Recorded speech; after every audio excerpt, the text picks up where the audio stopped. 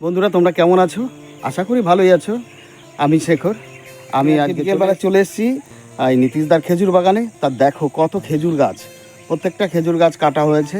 ওই খেজুর গাছ কেটে তারপরে সেইগুলো থেকে রস বার করা হচ্ছে। তা দেখো তোমরা, আজকে আমি তোমাদের সমস্ত খেজুর গাছগুলো কাটা এবং তার থেকে কিভাবে রস বার করতে হয় সেইটা, এবং সেই রস দিয়ে কীভাবে গুড় তৈরি করতে হয় সেইটা আমি তোমাদের দেখাবো। কিভাবে খেজুর গাছ কাটছে, কিভাবে রস পড়ছে, হ্যাঁ, বিভিন্ন পদ্ধতিতে সেগুলো দেখাবো। এই দেখো, এই যে বড় বড় গাছ, এগুলোতে ওপরে হাঁড়ি বাঁধা আছে। প্রত্যেকটা গাছে গাছ কেটে হাঁড়ি বেঁধেছে এবং রস হবে। এগুলো সকালবেলা এসে সেগুলোতে রসগুলো নামাবে হাঁড়িগুলো, তারপরে সেগুলো বাড়িতে নিয়ে গিয়ে তাদের সেই তাফাল আছে, সেই তাফালে জাল দিয়ে গুড় তৈরি করা হবে। তা ওই দেখো গাছগুলো সব কাটা হয়েছে, অনেক বড় বড় গাছ, আবার কিছু ছোট গাছও আছে। দেখো খুব বড় বড় গাছ, এগুলো কত বড়। এখানে শুধু খেজুর গাছ আর খেজুর গাছ, খেজুরের বাগান। মাঝে কলা গাছও আছে কিছু। দেখো বন্ধুরা, এখন বিকেল, সূর্য প্রায় ডোবার পথে, আর কিছুক্ষণের মধ্যেই সূর্যাস্ত চলে যাবে। কি সুন্দর একটা প্রাকৃতিক দৃশ্য তোমাদের দেখালাম। আর বিকেল হলেই প্রচণ্ড ব্যস্ত হয়ে পড়ে গাছিরা খেজুর গাছ কাটার জন্য। দেখো কি সুন্দরভাবে খেজুর গাছ কাটা হচ্ছে। এইভাবে কেটে তারপরে এর মাথায় একটা হাঁড়ি বেঁধে দেওয়া হবে।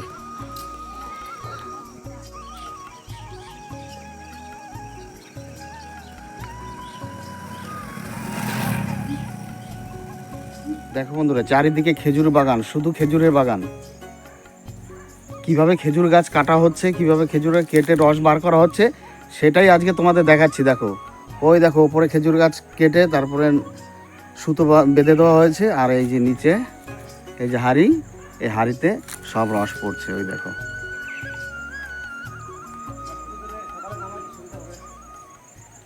এই সুতোটা দেওয়ার কারণ হচ্ছে সকালবেলা এই শীতের মধ্যে গাছে ওঠা খুবই কষ্ট, সেই জন্য এই সুতো বেয়ে রসটা পড়ে হাঁড়িতে, আর খুব সহজেই সকালবেলা খুলে নিয়ে তারা তাদের সেই যেখানে গুড় বানায় সেখানে নিয়ে যেতে পারে। এটাই সুবিধা। সকালবেলা গাছে ওঠা তো খুবই কষ্ট। তা চলো বন্ধুরা, দেখাচ্ছি কিভাবে গাছ কাটছে খেজুর গাছ, তারপর কিভাবে সেই রস দিয়ে গুড় করা হচ্ছে, সবই তোমাদের দেখাবো। সম্পূর্ণ জমিটাই খেজুর গাছ লাগানো হয়েছে। ওই দেখো খেজুর গাছ কেটে নামছে, এবার নিচে হাঁড়ি বাঁধা হবে। আবার অনেকে সেই গাছের ওপরেই বাঁধে।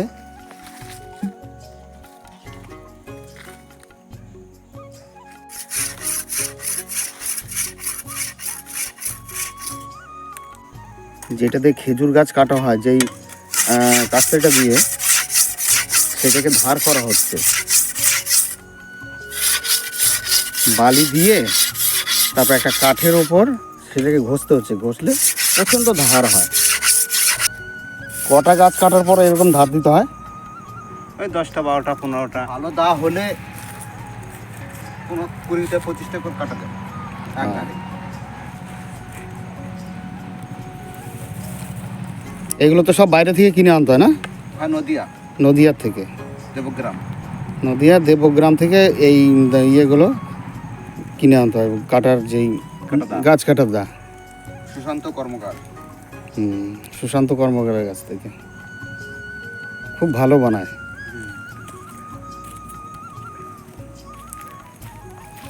তা বন্ধুরা, এই দেখো হাঁড়ি, ভার যেটাকে বলেই আমরা, সে ভারগুলো সব তৈরি করে রাখা হয়েছে।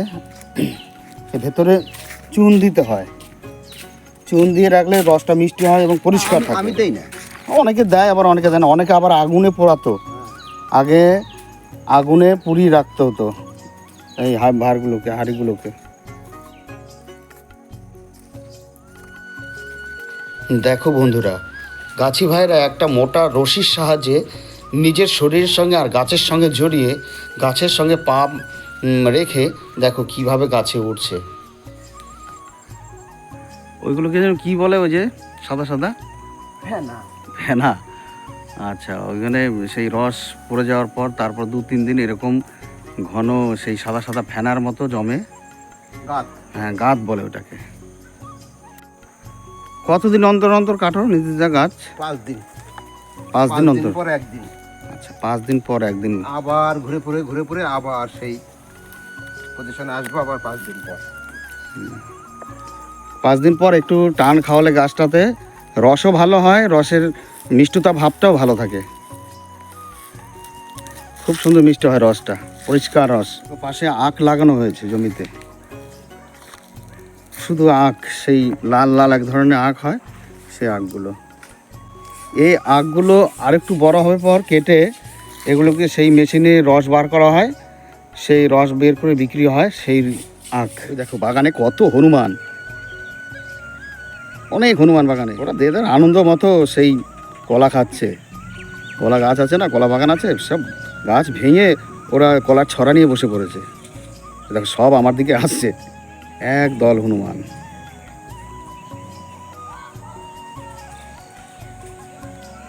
হনুমানের পুরো দলটাই চলে এসছে এখানে। ফাঁকা বাগান পেয়ে ওদের খুব আনন্দ। কিরে, কি খাচ্ছিস? কলা খাচ্ছিস? আয়। কিরে, কলা খাবি? ওরা বেশ আনন্দে বসে আছে এখানে। একটা হনুমানের আবার হাত নেই, দেখো একটা হনুমানের আবার হাত নেই। আয়। কিরে,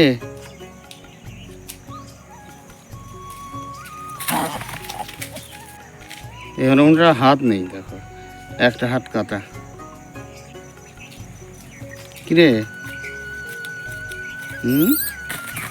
বাচ্চা দুধ খাচ্ছে।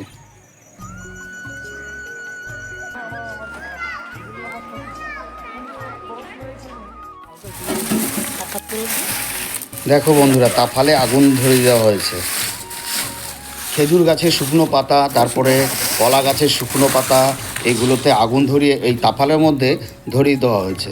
দেখো কি সুন্দর দাউ দাউ করে আগুন ধরিয়ে দেওয়া হয়েছে, আগুনগুলো দাউ দাউ করে জ্বলছে। এইরকম জোর জাল দিতে হবে, তারপরে এই রসগুলোকে এভাবে নাড়তে হবে।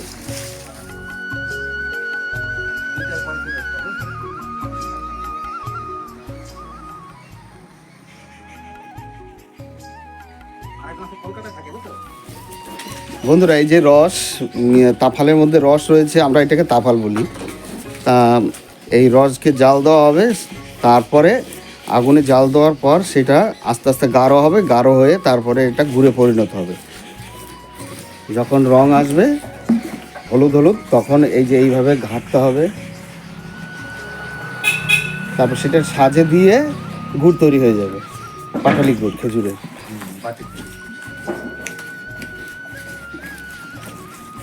এটা এইভাবে ঘষলেই এটা শক্ত হয়ে যাবে, আস্তে আস্তে মোটা হয়ে যাবে।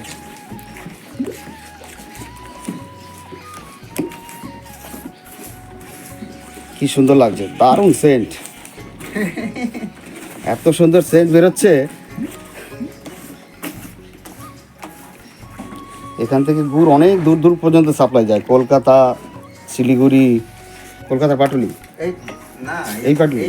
আচ্ছা, পরে যে পাটুলি তুমি জানতে পারবে না যে পাশে তো অত বড় মার্কেট, বুঝলা তো? অন্তত প্রতিদিন 20 কুইন্টাল মালের আমদানি, তাই? তার বেশি 40 কুইন্টাল কমসে কম আমদানি হবে। কি সুন্দর দানা হয়ে গেছে, একদম পরিষ্কার।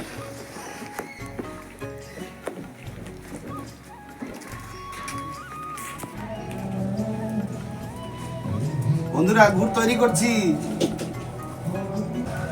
দারুণ সেন্ট বেরিয়েছে গুড়ের।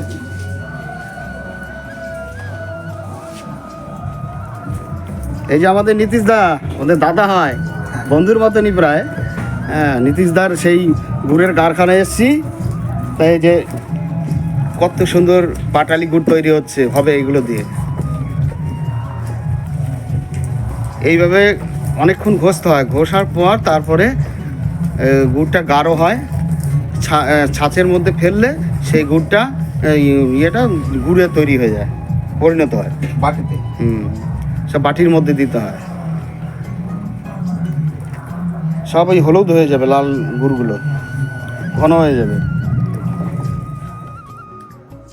বন্ধুরা, রস প্রথমে কিছুক্ষণ জাল দেওয়ার পর হালকা যখন হলদে হলদে ভাব হয়ে আসে আর একটু গাঢ় হয়, তখন কিছু রস ওই গুড়টাকে নামিয়ে নেওয়া হয়, কারণ ওই গুড়টাকে সেই নলেন গুড় হিসেবে ব্যবহৃত হয়। ওটাকে সেই ঝোলা গুড় বলি আমরা, সেই ঝোলা গুড়। কিছুটা অংশে এইভাবে ঘষার পর যে গাঢ় অংশটা হয়ে যায় হলদে, ওটাকে বীজ তোলা বলে। ওই বীজগুলো যদি এই লাল গুড়গুলোর সঙ্গে মিশিয়ে দেওয়া হয় কিছুটা বীজ তুলে, তাহলে সমস্ত গুড়টাই আস্তে আস্তে ঘন হয়ে যায়।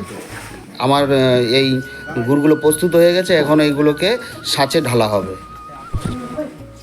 দেখো বন্ধুরা, এখানে কিন্তু দু রকম সাজ আছে, একটা বড় সাজ আর একটা ছোট সাজ।